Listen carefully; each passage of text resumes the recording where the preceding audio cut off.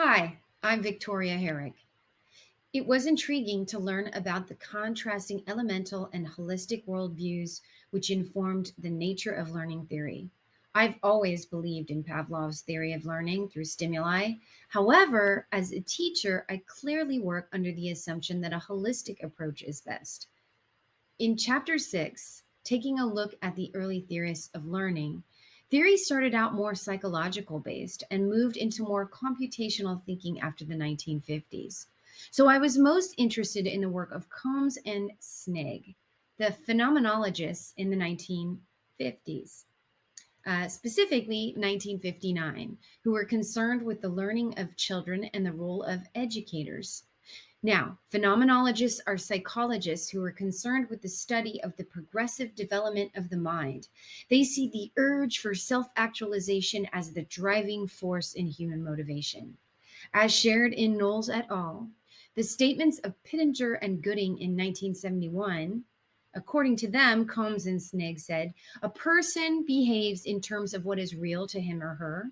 Learning is a process of discovering personal relationships with people, things, and ideas. The role of the teacher is to facilitate the process, especially when a student sees some change that he or she wants to make in an organization. And lastly, learning is permanent to the extent which it generates problems that may be shared by others. So basically, they were examining the role of problem solving in the learning process as essential. I really was also drawn to the modern system theorists in chapter 7, specifically the learning theory Brookfield presented, who in 1986 proposes that adult learning should transform the way learners think about themselves and the world around them.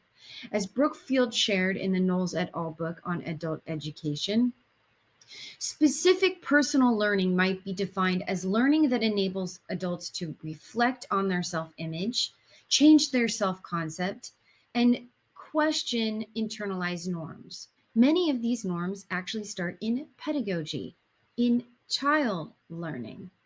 And the idea that andragogy can become a vehicle for undoing this process is exciting and actually harkens back to the phenomenologist thinking about this progressive development of the mind and self actualization as a driving force.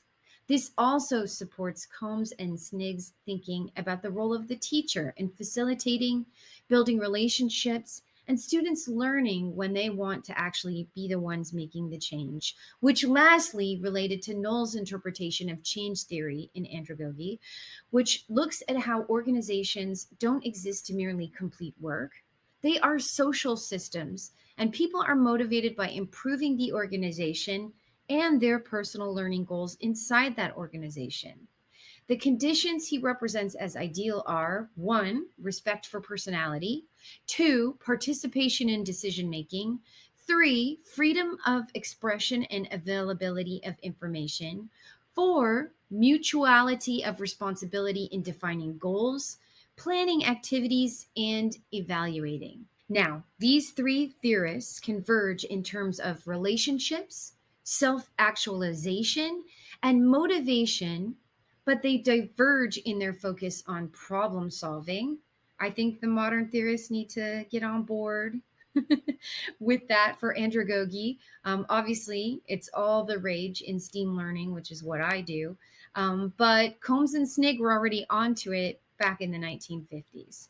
And also, mutual responsibility. That was something that the modern learning theorists brought up that Combs and Sniggs hadn't even gotten to yet. So, lastly, as regards to the role of the educator, both saw that as very important to the overall process. So I hope that by learning about these theories, we will all become better educators. Thank you.